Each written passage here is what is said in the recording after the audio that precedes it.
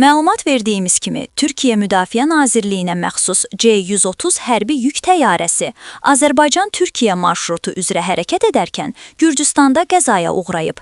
Nazirliyin açıqlamasında axtarış xilas etmə işlərinə Gürcüstan rəsmiləri ilə koordinasiyalı şəkildə başlanıldığı bildirilib.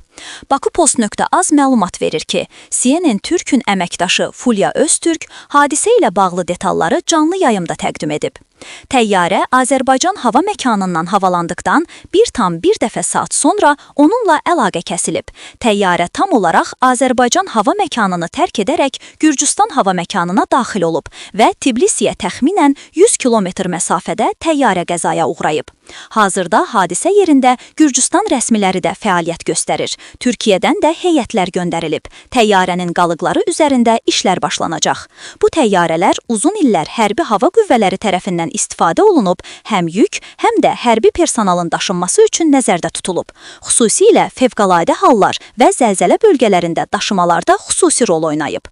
C-130 ABŞ istehsalıdır. Qısa və torpaq platformalardan qalxıb enə bilir. Dayanıqlı və etibarlı olduğu üçün bir çox ölkələr tərəfindən istifadə edilir. Türkiyədə hərbi hava qüvvələrinin inventarında uzun müddətdir var və əsas yerləşdiyi baza Kayseri 12-ci Hava Nəqliyyat Üst Komandanlığıdır. Təyyarənin istiqaməti də təxminən Kayseri bazasına doğru idi. Fulya Öztürk bildirib ki, təyyarə 13:00-dan sonra havaya qalxıb və 1,5 saat sonra əlaqə kəsilib. Qəzaya səbəb olan dəqiq amillər hələ məlum deyil.